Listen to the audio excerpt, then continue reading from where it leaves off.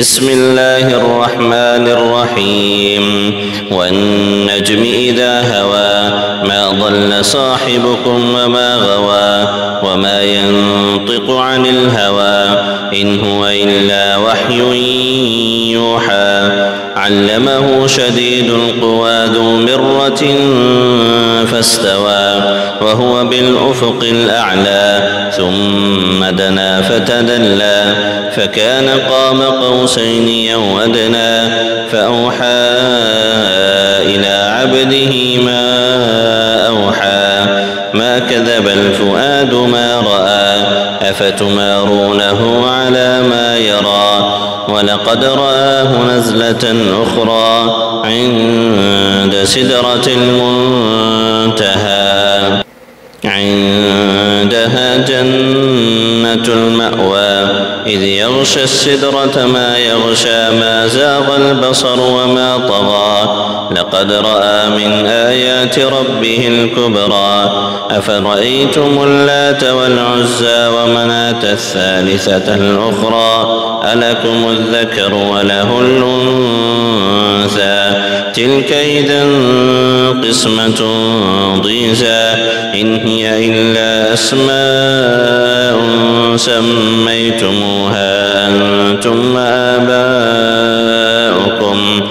سميتموها أنتم وآباؤكم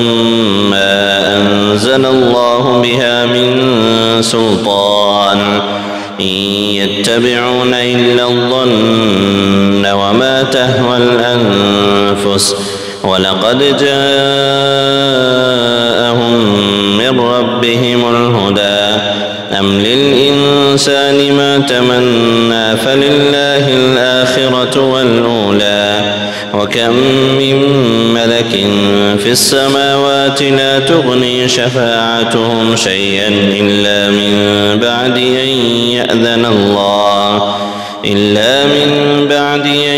يأذن الله لمن يشاء ويرضى إن الذين لا يؤمنون بالآخرة ليسمون الملائكة تسمية الأنثى وما لهم به من علم إن يتبعون إلا الظن وإن الظن لا يغني من الحق شيئا فأعرض عمن تولى عن ذكرنا ولم يرد إلا الحياة الدنيا ذلك مبلغهم من العلم إن ربك هو أعلم بمن ضل عن سبيله وهو أعلم بمن اهتدى ولله ما في السماوات وما في الأرض ليجزي الذين أساءوا بما عملوا ويجزي الذين أحسنوا بالحسنى الذين يجتنبون كبائر الإثم والفواحش إلا اللمم إن ربك واسع المغفرة هو أعلم بكم إذ أنشاكم من الأرض وإذ أنتم أجنة في بطون أمهاتكم فلا تزكوا أنفسكم هو أعلم بمن اتقى أفرأيت الذي تولى وأعطى قليلا وأكدى أعنده علم الغيب فهو يرى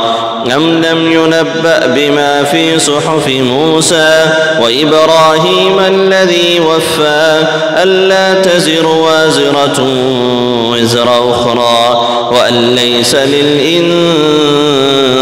إلا ما سعى وأن سعيه سوف يرى ثم يجزاه الجزاء الأوفى وأن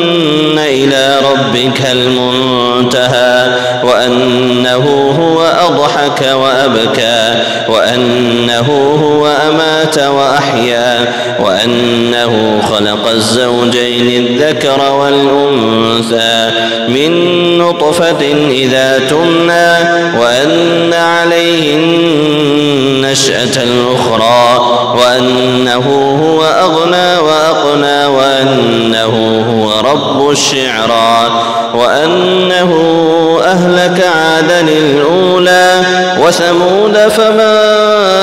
أبقى وقوم نوح من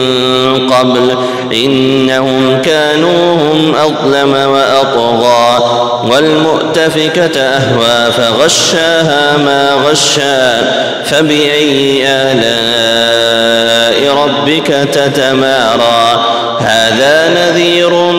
من النذر الأولى أزفت الآزفة ليس لها من دون الله كاشفة أفمن هذا الحديث تعجبون وتضحكون ولا تبكون وأنتم سامدون فاسجدوا لله واعبدوا